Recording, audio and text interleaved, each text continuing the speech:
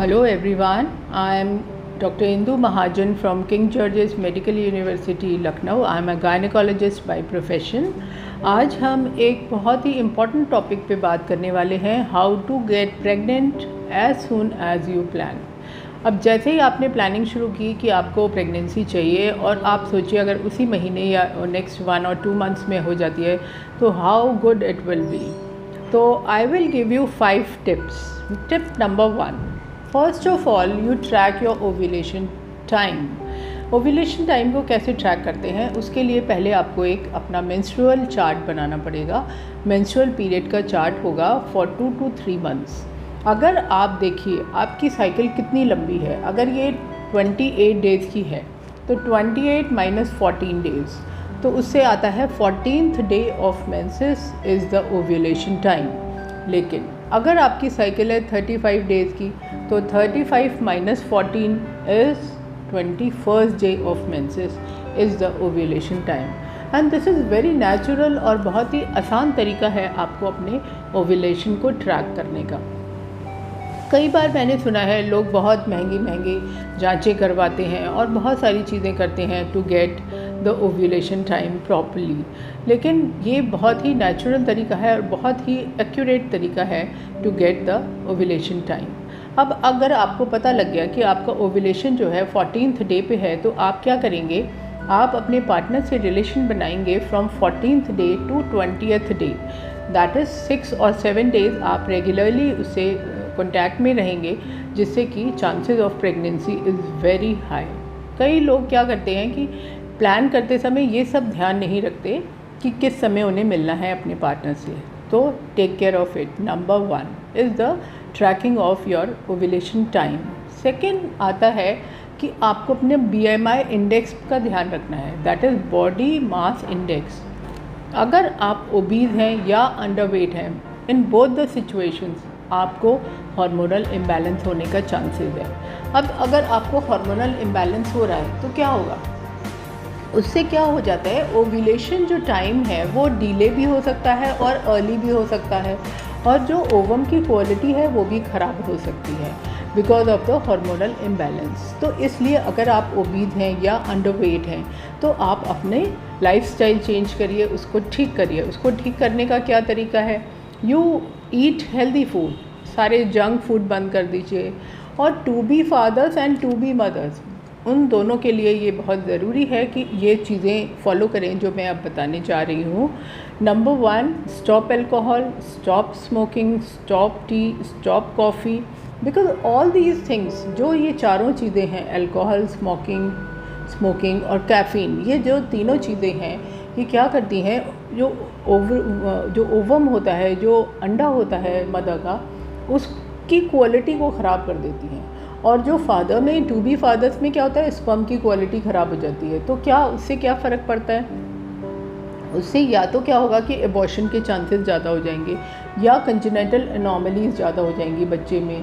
तो इसलिए आप क्यों चाहेंगे कि आप एक हेल्दी बेबी अगर चाहते हैं तो 2 या 3 महीने के लिए आप अपना स्टॉप कर दीजिए। अल्कोहल है, स्मोकिंग है, कैफ़ीन है, ये सब प्लीज़ करके बंद करिए, ठीक है। अब आती है टिप नंबर 3। टिप नंबर 3 ये है कि आप प्री कंसेप्शन केयर ज़रूर लें। जब भी आप प्लान करें तो गो टू योर गायनेकोलॉजिस्ट, आप अपनी गायनेकोलॉजिस्ट के पास जाइए, उनको बताइए that you are planning for a pregnancy. वो आपका डायबिटीज़ देखेंगे, हाइपरटेंशन देखेंगे, थायराइड देखेंगे, ऐसी कोई बीमारी तो नहीं है आपको। एक रूटीन अल्ट्रासाउंड कराएंगे, अगर कोई सिस्ट है, कोई गांठ है, उसमें कोई इन्फेक्शन है तो उसको वो आपको पहले ट्रीटमेंट देंगे। और आपको एडवाइस क्या करेंगे, folic acid. Folic acid is very important because folic acid एक ऐसा विटामिन है, छोटा सा विटामिन है, लेकिन ये बच्चे के ब्रेन के डेवलपमेंट के लिए बहुत इम्पॉर्टेंट होता है। तो आजकल हम हर मदर को प्री कंसेप्शन टाइम में ही, प्री कंसेप्शन माने जब प्रेगनेंसी नहीं हुई है तभी से स्टार्ट कर देते हैं, 1 month prior 4 milligram once a day आप रोज़ खाते हो। तो folic acid, B12 and vitamin D3, ये 3 चीज़ें ज़रूरी हैं जो कि आपको प्री कंसेप्शन टाइम में आपकी डॉक्टर आपको एडवाइस करेगी। तो ये हुई टिप नंबर 3। अब टिप नंबर 4 ये है कि आप अपने स्ट्रेस को, you just reduce your stress. अब स्ट्रेस 2 तरह का हो सकता है, एक तो हो सकता है इमोशनल स्ट्रेस, जैसे आप बहुत परेशान रहते हैं किसी भी चीज़ को लेके। कई बार लोग इसलिए परेशान रहते हैं कि प्रेगनेंसी नहीं हो रही है, लोग पूछ रहे हैं कि भाई why are you not planning your pregnancy या सो एंड सो फॉर्थ। तो आप अपना इमोशनल स्ट्रेस को कम करिए। वो कैसे होगा? आप योगा करिए, मेडिटेशन करिए, थोड़ा टहलिए, रोज़ सुबह उठिए, थोड़ा एक्सरसाइज करिए, वॉकिंग करिए। Walking is the best exercise I suppose for females at least, तो जो कि आप रेगुलर कर सकते हैं 15 मिनट्स मॉर्निंग में एंड 15 मिनट्स इवनिंग में, या आपको जब भी टाइम मिले तो कोशिश करिए। नहीं तो 20 मिनट्स इन अ डे बहुत ज़रूरी है अगर आप प्लान कर रहे हो अपना बेबी। ओके, तो ये आपका इमोशनल स्ट्रेस को भी ठीक करेगा, आपकी ओबेसिटी को ठीक करेगा, और आपके सारे जितना भी इंटरनल पार्ट्स हैं उसकी ब्लड सप्लाई को भी अच्छा करेगा। ओके, तो अब आता है कि अगर फिज़िकल स्ट्रेस है, आप बहुत ज़्यादा वर्कहॉलिक है और आप बहुत ज़्यादा काम कर रहे हैं, लॉन्ग आवर्स तक के लिए काम कर रहे हैं, तो जस्ट टेक अ लीव। थोड़ा सा आप आराम करिए, थोड़ा give a quality time to yourself, थोड़ा कुछ अच्छी बुक्स पढ़िए, कुछ पेंटिंग करिए, जो भी आपको अच्छा लगता है, जो भी आपकी हॉबी है, just do for some time. इससे आप देखिएगा कि इससे क्या होता है कि एक तो ओव्यूलेशन टाइम बिल्कुल करेक्ट होता है, दूसरा ये कि ओव्यूलेशन जब टाइम पे होगा तो उस ओवम की क्वालिटी अच्छी होगी, मतलब उस अंडे की क्वालिटी अच्छी होगी, और जब वो स्पर्म से फर्टिलाइज होगा तो आप एक हेल्दी बेबी को जन्म देंगे।